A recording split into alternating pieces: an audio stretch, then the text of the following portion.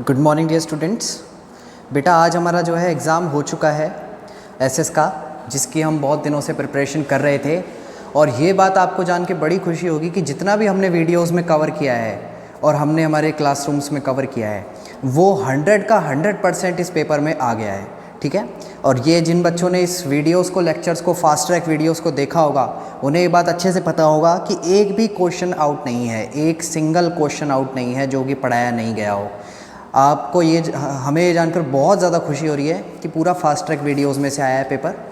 तो इसीलिए आप इस चैनल को बेटा सब्सक्राइब करें और आने वाली जो 9th 10th में आई है वो भी इसी से पढ़ें, जिससे उसे काफ़ी फ़ायदा होगा, क्योंकि इसमें एक पुराना एक्सपीरियंस आपको मिलेगा। तो बेटा हम इसमें देखते हैं ये जो 3.5 घंटे का 80 मार्क्स का पेपर हुआ है आज का 2020 एसएस का। बेटा इसमें जो पहला क्वेश्चन पूछा गया वो देखो, सबसे पहले बहुत एक इजी सा क्वेश्चन पूछा गया कि मौर्य वंश का संस्थापक कौन था। मौर्य वंश का संस्थापक आप सभी को पता है चंद्रगुप्त मौर्य था। ठीक है, चंद्रगुप्त मौर्य था। अकबर ने इबादत खाने का निर्माण क्यों करवाया है? बहुत ही बेसिक क्वेश्चन है जो कि सारे वीडियोस में पढ़ाए गए हैं। बेटा अकबर ने इबादत खाने का निर्माण इसलिए करवाया था ताकि उसमें अलग अलग धर्मों के लोग आए, क्योंकि उसने एक धर्म बनाया था दीन इलाही नाम का, इसीलिए वो चाहता था कि उसके वहाँ पे एक अलग अलग धर्मों के लोग आएँ और सभी गुरु जो आए, बड़े बड़े धर्मों के जो मेन गुरु होते हैं वो आके वहाँ पे चर्चा करें। ठीक है, इस तरीके से एक धर्म सम्मेलन वो करवाना चाहता था। इसके अलावा बेटा तीसरा क्वेश्चन आया कि वर्तमान समय में प्रत्यक्ष लोकतंत्र कहाँ पाया जाता है? बेटा स्वीडन में पाया जाता है प्रत्यक्ष लोकतंत्र। ठीक है, स्वीडन में पाया जाता है कुछ कुछ जगह पे। मैं यहाँ पे भी लिख देता हूँ इसका। मौर्य वंश का संस्थापक चंद्रगुप्त मौर्य। ठीक है, चंद्रगुप्त मौर्य है। और अगर वास्तविक संस्थापक पूछा जाए तो बेटा कौटिल्य है। ठीक है, अकबर ने क्यों बनवाया ये आप सभी को पता है, धर्म की चर्चा करने के लिए। सन 2011 की जनगणना के अनुसार सबसे ज़्यादा मोस्ट पॉपुलेटेड स्टेट कौन सा है इंडिया के अंदर? बेटा आप सभी को मैंने बताया था यूपी है, लगभग 20 करोड़। इसके बाद है बेटा अगला क्वेश्चन, डायरेक्ट डेमोक्रेसी स्वीडन में पाई जाती है। 2011 की जनगणना के अनुसार सबसे ज़्यादा यूपी में है, उत्तर प्रदेश में। भारत में राष्ट्रीय आय गणना के प्रथम अनुमान किसने लगाए? Who was the first estimator of national income of India?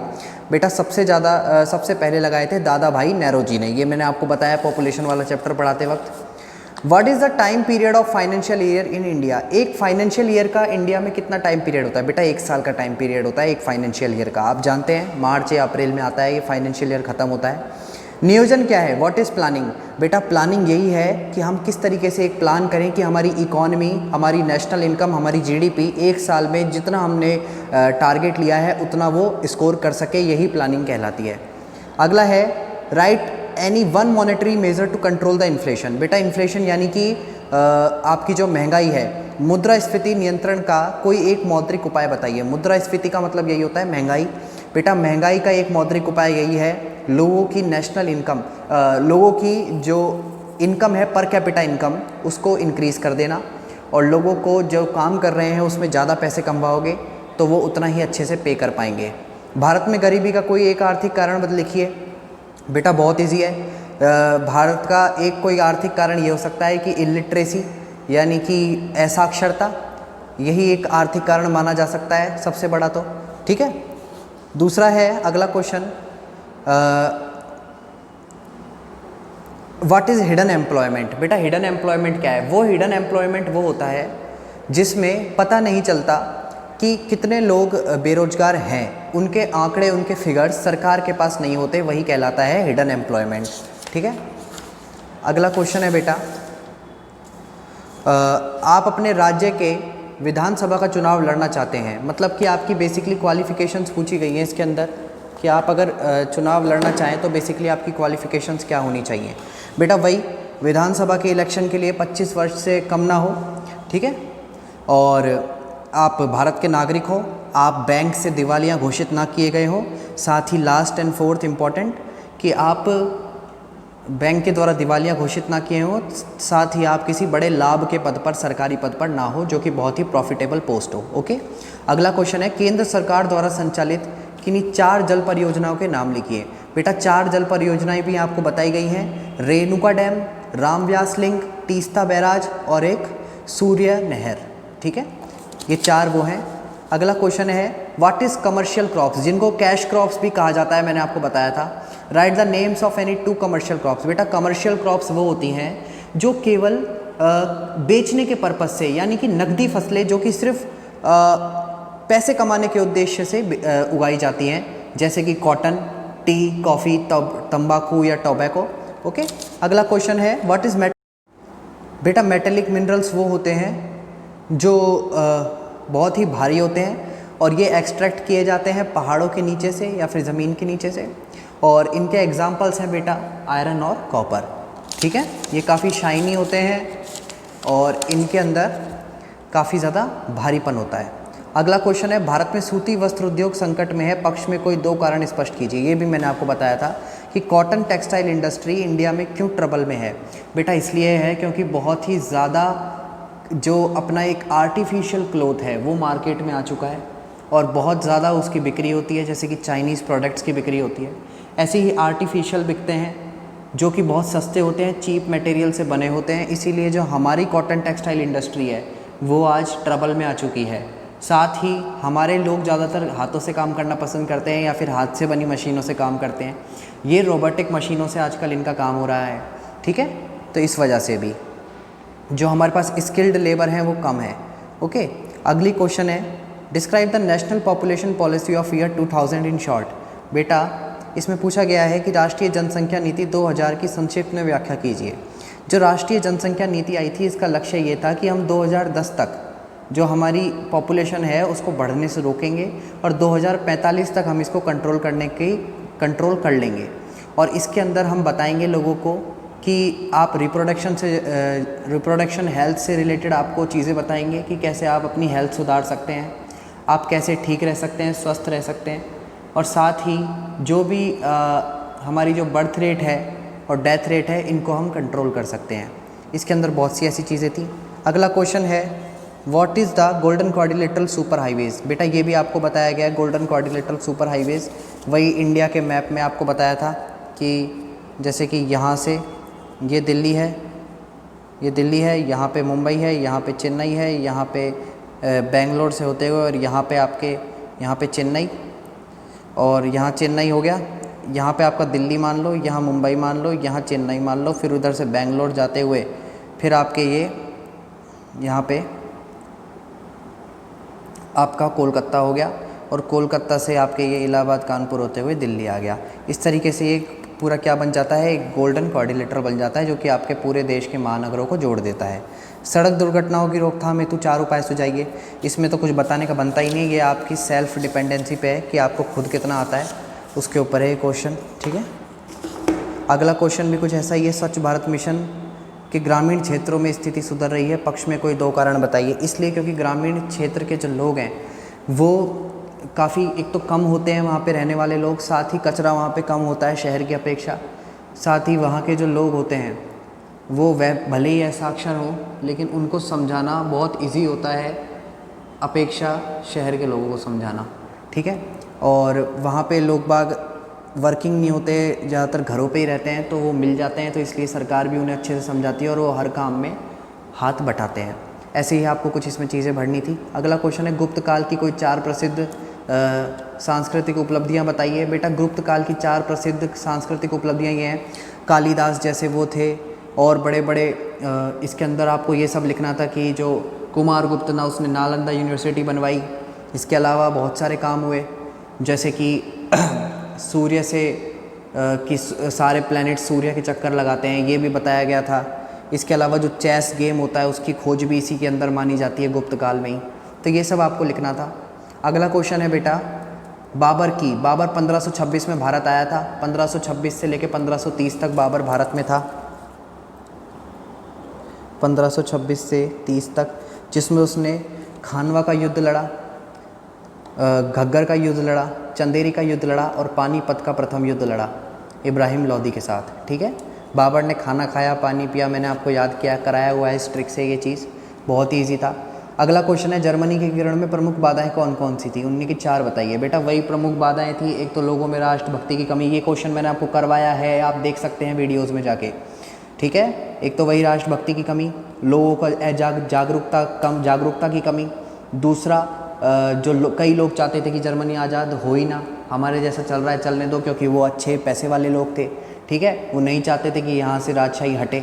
इसके अलावा और बाधाएं ये थी कि जो फ्रांस था और जो ऑस्ट्रिया, वो जो थे ऑस्ट्रिया और फ्रांस, ये जैसे देश नहीं चाहते थे कि जो जर्मनी है वो आज़ाद हो। अगला क्वेश्चन है, democracy is the best governing system, इसके बारे में आप बताइए क्यों? क्योंकि इसमें आप नेता खुद का खुद चुन सकते हैं, आपको वोट डालने का अधिकार है, इसमें भले ही काम थोड़ा देरी से होता हो लेकिन आप इसमें आराम से अपना जनता का अधिकार होता है। Democracy is a form of government in which the rulers are elected by the people. Okay. अगला क्वेश्चन है, write any 4 characteristics of Indian economy as a developing economy. क्या कैरेक्टरिस्टिक्स हैं? हमारे 5 ईयर प्लान्स काफ़ी अच्छे से चल रहे हैं। इंडिया दुनिया की 5वीं सबसे बड़ी अर्थव्यवस्था बन चुका है। दूसरी बात, इंडिया में काफ़ी ज़्यादा हमारे एग्रीकल्चर मिनरल्स एक्सट्रैक्ट किए जाते हैं, जिससे हमारा काफ़ी ज़्यादा इंपोर्ट और एक्सपोर्ट होता है। इसके अलावा हमारी बहुत सारी चीज़ें हैं जो कैरेक्टरिस्टिक्स में आप डाल सकते हैं कि हमारी उभरती हुई आईटी सेक्टर कंपनीज़, ठीक है, ये भी हमारी इकॉनमी को बूस्ट कर रही हैं सबसे ज़्यादा। जो हमारा टर्चरी सेक्टर है, सर्विस सेक्टर जिसको बोलते हैं। अगला क्वेश्चन है, briefly describe the economic reforms in Indian economy. ये मैंने आपको क्वेश्चन कराया था, आपके अच्छे से आपने वीडियो अगर देखी है तो आपको बिल्कुल ये क्वेश्चन आता होगा कि क्या क्या इकोनॉमिक रिफॉर्म्स हमने करने की कोशिश की थी। ये इकोनॉमिक सुधार थे जो हमने करे हमारी चीज़ों को बेहतर बनाने के लिए, और इसी इकोनॉमिक 1990 के बाद हुए थे ये शुरू, 1990 के बाद ये शुरू हुए थे।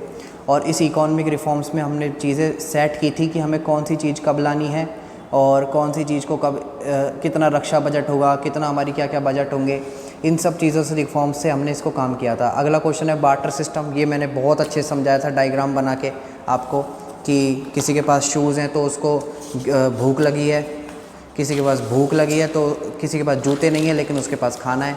ये मैंने आपको बताया था, आप वीडियो में जाके देख सकते हैं आराम से, ठीक है। अगला क्वेश्चन है, according to you what legal rights do you have as a consumer. आपके पास बिल्कुल है, आप अगर आपको कोई मैन्युफैक्चरिंग डेट जिसकी एक्सपायर हो गई हो वैसा सामान दे, या कंपनी आपसे कहे कि इसके अंदर तो ये है और वो नहीं निकले, तो आप कर सकते हो। बिल्कुल कंज्यूमर राइट्स हैं आपके पास, लीगल राइट्स हैं कि आप उस पर केस कर सको। ये तो बिल्कुल एक बेसिक सा क्वेश्चन है। सीकर किसान आंदोलन, राजा राव कल्याण देव उनका नाम था, राव राजा कल्याण सिंह है ना, उन्होंने सीकर पीसेंट मूवमेंट में आग लगा दी थी। बेसिकली एक तरीके से आग में घी डालने का काम किया था लोगों के लिए उन्होंने टैक्स काफ़ी बढ़ा दिए थे, तो लोगों ने इसमें सीकर किसान मूवमेंट किया था। मैंने जो अलग से वीडियो बनाई है राजस्थान की किसान आंदोलन, फार्मर्स मूवमेंट इन राजस्थान, उसकी बेटा उसमें ये मैंने अच्छे से पढ़ाया है और देखो यही एग्ज़ाम में आ गया। ओके, तो आपने अगर वीडियोस देखी हैं तो आप इस क्वेश्चन को अच्छे से करके आएंगे। मैंने ये भी बताया था कि ये एकमात्र ऐसा मूवमेंट था जो कि ब्रिटिश पार्लियामेंट में भी उठा था 1925 में। अगला क्वेश्चन है सन्यासी विद्रोह, सन्यासी रेबेलियन क्या था, ये आप सभी को पता ही है। इनमें से आपको कितने करने थे? 3 करने थे। ये सब मैंने आपको कराए हैं। सन्यासी विद्रोह, जिसमें कि सन्यासियों को बोला गया कि आप नहीं जा सकते इस सिटी से, क्योंकि सन्यासी तो अपने तीर्थ स्थानों पे जाएंगे ही ना। इसके अलावा ये सब ऐसे ही हैं, चंपारण किसान आंदोलन तक आपको 3 करने थे इसमें। अगला क्वेश्चन है भारत के राष्ट्रपति की 3 संख्याएँ बताइए। एग्जीक्यूटिव, एडमिनिस्ट्रेटिव पावर्स यही है, चीफ जस्टिस को चुनना, और हमारे देश के बड़े बड़े पद के जितने भी बड़े बड़े वो होते हैं एडमिनिस्ट्रेशन, उनमें नियुक्ति देना। ओके, इसके अलावा प्राइम मिनिस्टर को अपॉइंट भी करता है, वैसे तो जनता चुनती है लेकिन अपॉइंट वो करता है। इसके अलावा लेजिस्लेटिव पावर्स ये होती हैं कि कभी भी सदन को बुला सकता है वो, लोकसभा को और इसको, ठीक है, क्योंकि यही इसको चुनते हैं। अगर इसको ज़रूरत पड़ती है तो राष्ट्रपति के बुलावे पर ये आना भी पड़ता है इन सबको। अगला क्वेश्चन है ओरिजिनल ज्यूरिडिक्शन क्या है? जी, ओरिजिनल ज्यूरिडिक्शन का मतलब होता है बेटा जिसमें सुप्रीम कोर्ट डायरेक्ट बिना किसी लोअर कोर्ट, हाई कोर्ट के सुनवाई के ही सीधे आपका केस जो है अपने पास ले और अब आपके केस की सुनवाई करे। अगर केस आपका बहुत बड़ा है तो वो सुप्रीम कोर्ट में डायरेक्ट सुना जाएगा, उसमें किसी भी छोटे कोर्ट की ज़रूरत नहीं है। अपीलेट ज्यूरिडिक्शन, अपीलीय क्षेत्र अधिकार यही है कि पहले आप लोकल कोर्ट में अपील करो, फिर हाई कोर्ट में करो, ऐसे ऐसे सरकार आपकी दलील सुनेगी तब जाके उस पर फैसला सुनाएगी, ठीक है। अगला क्वेश्चन है स्टेट काउंसिल ऑफ मिनिस्टर क्या है? स्टेट काउंसिल ऑफ मिनिस्टर बेटा यही है, आपको बताया गया था कि एक इसमें पावर्स क्या क्या होती हैं, ये तो मैंने अच्छे से कराया भी था आपको, ठीक है, कि इसके अंदर जैसे कि हेल्थ मिनिस्टर हो गया, इसमें बहुत सारे विभाग होते हैं जो कि अपने अपने अकॉर्डिंग स्टेट के लिए काम करते हैं, राज्य के लिए, जिनमें स्वतंत्र प्रभार भी होता है। और ये जो मिनिस्टर्स हैं ये बेसिकली इनको डिपार्टमेंट्स दिए जाते हैं और वो डिपार्टमेंट में ये काम करते हैं, ठीक है। और इनकी पावर्स ये होती हैं कि ये इनको एक बजट मिलता है, उस बजट के अंडर इन्हें काम करना होता है और ये किसी भी मुद्दे को विधानसभा या विधान परिषद में उठा के उस पर बजट पास करवा सकते हैं, लोगों की मांग रख सकते हैं, ठीक है। अगला क्वेश्चन है explain the formation of state legislative council. बेटा राज्य विधान परिषद का मतलब क्या है? राज्य विधान परिषद सबसे पहले तो जान लो हमारे सिर्फ कुछ ही राज्यों में है, यूपी, बिहार, कर्नाटक, महाराष्ट्र, जम्मू कश्मीर और आंध्र प्रदेश। यहाँ पे ही सिर्फ स्टेट काउंसिल है, बाकी सब जगह स्टेट असेंबली है, लेजिस्लेटिव असेंबली है। स्टेट काउंसिल एक तरीके से आप अपर हाउस मान लो और जो स्टेट असेंबली है उसको आप मान लो लोअर हाउस। तो ये एक तरीके से दोनों साथ मिलकर काम करते हैं। यहाँ पे अगर कोई चीज़ मान लो असेंबली से पास हो गई और काउंसिल से पास नहीं हुई तो उसको पास नहीं माना जाएगा वो, ओके। अब ये मैंने आपको मैप में तो ये सारा का सारा उठ के वही आ गया। तूतीकोरिन आपको बताया था किधर पड़ता है, विशाखापट्टनम कहाँ पड़ता है, तूतीकोरिन भी बिल्कुल नीचे पड़ता है साउथ में, विशाखापट्टनम बिल्कुल ईस्ट में। बोकारो आपको बताया ही था कि एशिया का सबसे बड़ा स्टील प्लांट है, आयरन एंड स्टील। कपास फसल क्षेत्र आपको पूरा ऐसे दिखाना था कि ब्लैक सॉइल के ऊपर, जहाँ पे ब्लैक सॉइल है यानी कि basically most of the south India का पार्ट। हीराकुंड परियोजना मैंने आपको बताई थी कि आपको ये ईस्ट साइड में आपको ये पॉइंट करनी है। पूरा पेपर बहुत ईजी है, इतना ईजी पेपर मैंने आज तक नहीं देखा। अगर आप ये करके आए हैं, वैसे ईजी नहीं है, अगर आपने पढ़ा नहीं है तो ईजी नहीं है, लेकिन अगर आपने वीडियोस देखी हैं प्रॉपर तो इस बात को आप जान लीजिए कि बहुत ईजी पेपर था, ओके। आप चैनल को सब्सक्राइब करें और अब नेक्स्ट साल के लिए हम प्रिपरेशन शुरू करते हैं। Thank you so much.